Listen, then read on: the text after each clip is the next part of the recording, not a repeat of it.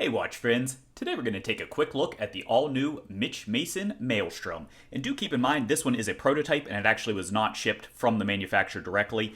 So as we get into this, the packing materials, those kind of things are not necessarily indicative of the brand itself.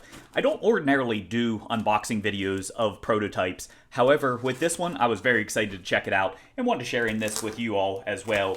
This one did just close on a successful Kickstarter campaign. However, it is now available for pre-order on their website. And in case you're wondering, this is the chevron here that we were opening up with. This one comes from Feynman Fjord with that, and that's the Archbishop 2.0. All right, so getting into the actual box here, we've got just an inner box as far as for shipping for this. Again, this is not going to be the final packing materials. And then inside of that, we've got another box. All right, so we've got nice embossing here, as you can see on the outer packaging. Branding on the side here with their Facebook and Instagram, and the same thing on the flip side. So let's go ahead and pop that open. And then inside, we're looking at a watch roll here, but before we get to that, let's check what we've got in the bottom of the box. All right, we've got desk impact. Can't beat that.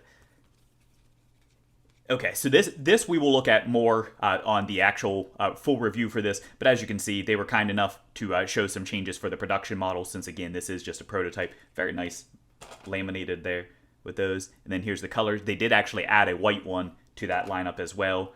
And then here's the specs, so you can see those pieces. All right, and then some other reviewer notes there. I'm going to set those aside. Again, this would not be the actual packaging for the final product. Throwing stuff all over the place here. All right, so let's go ahead and pop open the watch roll and see what we're looking at.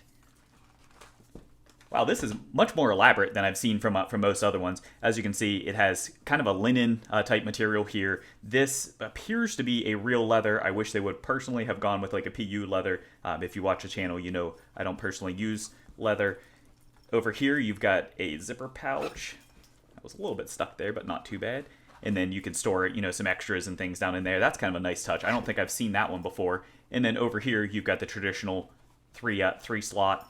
No extras down in there. And then this looks like it is, okay, so this is probably not shipping on the bracelet. This looks like it's the full bracelet here. All right, let's check out, oh, actually, you know what? It does have bracelet in here, so I've got to see what's going on with that for differences. Let's go ahead and get this cleaned up. All right, so there you have it. This thing, I mean, from first impression, so as far as the basic specs, and we'll get into all this in the full review, but the basic specs on this one's going to be coming in with a 40 roughly millimeter case for it. Comes in under 50 for the lug-to-lug. I believe it's 47. Obviously, a dual crown configuration. Let's go ahead and actually pop that out and see this bezel going. Nice. So you have a standard dive style inner bezel on this particular one here. Bezel action, not amazing for that little bit of play. But again, this is just a prototype there. And then have the lower crown is going to be for adjusting and setting your time. For basic configuration on this, as you can see, you do have the pronounced numerals for the 12, 3, and 9 position, and then you do additionally have a date window at 6 o'clock. First impression, this is the gray variant here. I really like the colorway on this. It does have light blue accents, as you can see there, which I think is nice looking. I really, really like a lot the crowns on this one. This one's called the Maelstrom.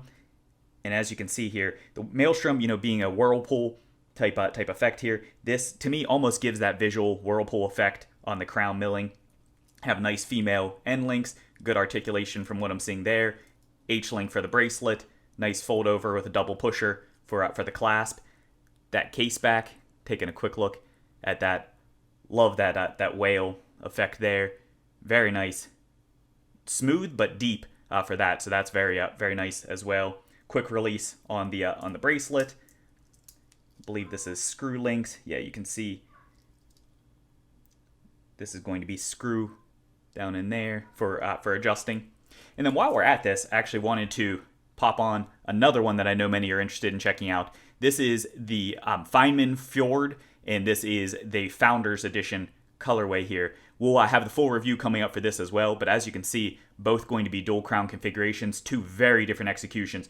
This style of watch has been hot this year with the compressor style, with the dual crown. There's a lot of those, and we actually have several coming up on the channel. We've already featured the second hour giant stride. We'll have coming up another one that I can't spoil for you yet, but it's one that I'm very excited to check out from a brand I really like as well. But this just gives you an idea, if you're kind of cross-shopping for these two, how they compare, similar sizing, but very different presentation between these. Obviously, different configuration, three-hand versus having a second sub-dial, Miyota movement versus an ETA movement. A lot of differences between these. This one comes standard, I believe, on this H-Link, whereas this is actually an aftermarket strap that I have on here, but this will come with another FKM rubber strap, as well as I believe it comes with a leather NATO for that as well.